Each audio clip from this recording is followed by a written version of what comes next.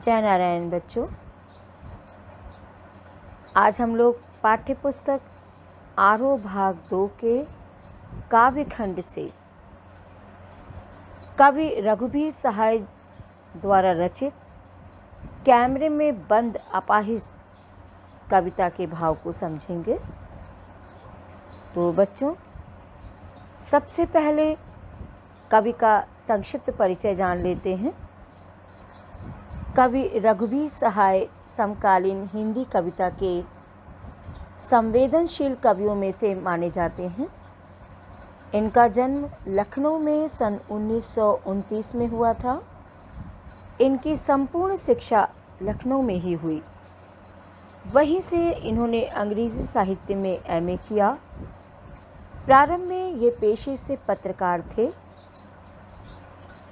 फिर ये आकाशवाणी के समाचार विभाग में रहे। कुछ समय तक हैदराबाद से निकलने वाली पत्रिका कल्पना और उसके बाद दैनिक नवभारत टाइम्स तथा दिनमान से संबद्ध रहे। साहित्य सेवा के कारण इन्हें साहित्य अकादमी पुरस्कार से सम्मानित किया गया। इनकी मृत्यु सन 1990 में हुई। सहाय जी की कुछ महत्वपूर्ण रचनाएं जैसे सीढ़ियों पर धूप में, आत्महत्या के विरुद्ध, हंसो हंसो जल्दी हंसो, लोग भूल गए इत्यादि। बच्चों, अब हम लोग कैमरे में बंद अपाहिज कविता की रूपरेखा को जान लेते हैं। इस कविता में कवि रघुवीर सहाय ने मीडिया व समाज की संवेदनहीनता पर तीखा कटाक्ष किया है। अपने कार्यक्रम को आकर्षक और बिकाऊ बनाने के लिए मीडिया कर्मी विकलांगों की दयनीयता को अत्यंत क्रूरता से उभारते हैं। अपाहिजों को कैमरे के सामने लाकर उनसे ऐसे क्रूर प्रश्न पूछे जाते हैं, उनके दर्द को इस तरह से उभारा जाता है कि उनकी बेबस आँखों से दर्द बहने लगता है। यही दर्द मीडिया कर्मियों के कार्यक्रम की सफलता का द्योतक भी बनता है। यह कविता समाज की दारुण विडंबनाओं को पकड़ने तथा उनके व्यवसायीकरण को दर्शाती है। कविता का सार। इस कविता में दूरदर्शन के संचालक स्वयं को शक्तिशाली बताते हैं तथा दूसरे को कमज़ोर मानते हैं। वे विकलांग से पूछते हैं कि क्या आप अपाहिज हैं? आप अपाहिज क्यों हैं? आपको इससे क्या दुख होता है? ऊपर से वह दुख भी जल्दी बताइए, क्योंकि समय नहीं है। प्रश्नकर्ता इन सभी प्रश्नों के उत्तर अपने हिसाब से चाहता है। इतने प्रसंगों से विकलांग घबरा जाता है। प्रश्नकर्ता अपने कार्यक्रम को रोचक बनाने के लिए उसे रुलाने की कोशिश करता है ताकि दर्शकों में करुणा का भाव जाग सके। इसी से उसका उद्देश्य पूरा होगा। वह इसे सामाजिक उद्देश्य कहता है, परंतु पर्दे पर वक्त की कीमत है। वाक्य से उसके व्यापार की पोल खुल जाती है। कविता का प्रतिपाद्य। कैमरे में बंद अपाहिज कविता को लोग भूल गए हैं काव्य संग्रह से लिया गया है। इस कविता में कवि ने शारीरिक चुनौती को झेल रहे व्यक्ति की पीड़ा के साथ साथ दूरसंचार माध्यमों के चरित्र को भी रेखांकित किया है।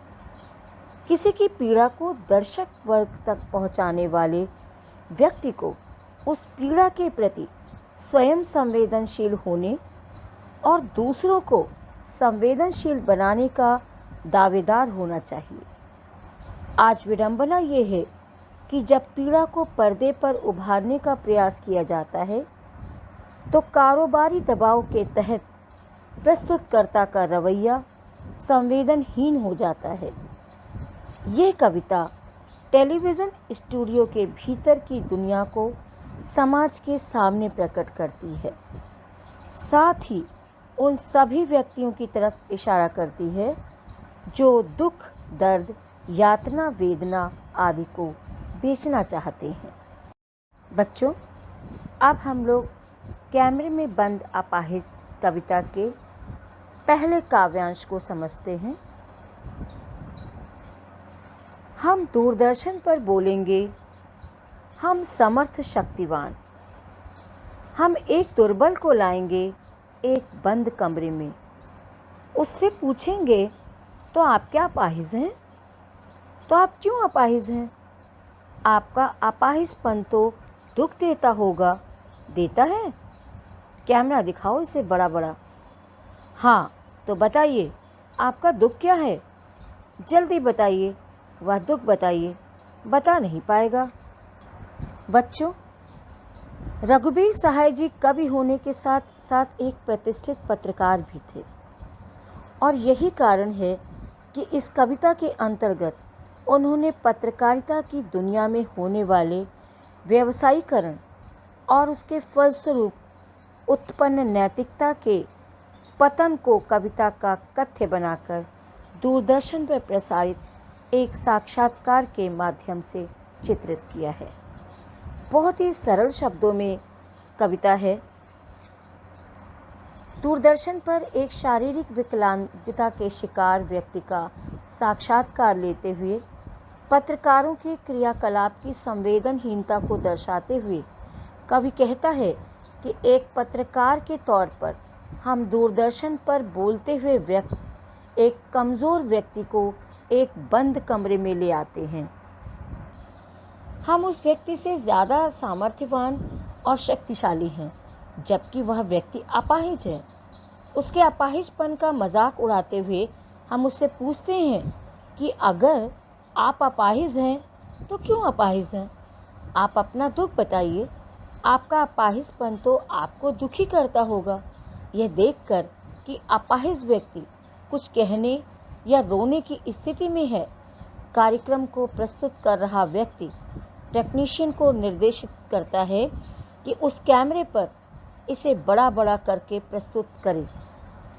एक अपाहिज व्यक्ति से उसकी विकलांगता पर प्रश्न करके उसके दुखों को कुरेदने के पीछे मूल उद्देश्य वास्तव में उस अपाहिज के प्रति सहानुभूति या हमदर्दी को व्यक्त करना नहीं, बल्कि उसके दुख का सार्वजनिक प्रदर्शन करके लोगों की करुणा एवं दया की भावनाओं को जागृत कर उसका व्यावसायिक लाभ उठाना है। फिर उसी तरह के संवेदनहीन प्रश्नों की श्रृंखला प्रारंभ हो जाती है, जैसे आपको क्या दुख है? आपका दुख कैसा है? जल्दी बताइए। कवि यहाँ व्यंग्यात्मक ढंग से ये इशारा कर देता है कि वह नहीं बता पाएगा। वास्तव में जो दुखी होता है वह जल्दी अपने दुख को सही ढंग से व्यक्त नहीं कर पाता। यह एक स्वाभाविक स्थिति है, लेकिन यहाँ तो कार्यक्रम के प्रस्तुतकर्ता का वास्तविक उद्देश्य अपने कार्यक्रम को व्यावसायिक दृष्टि से सफल एवं लोकप्रिय बनाना है। जो पहले से ही दुखी है उसे बार बार उसके दुख एवं अक्षमता की याद दिलाना अत्यंत कष्टदायक तथा अमानवीय है। इससे व्यावसायिकता बोध से प्रेरित होकर कुछ भी कर गुजरने वालों के सरोकार का पता चलता है, अर्थात उन्हें इससे कोई फर्क नहीं पड़ता कि उसकी अपनी व्यक्तिगत भावनाएं कितनी आहत होंगी इन प्रश्नों के साथ।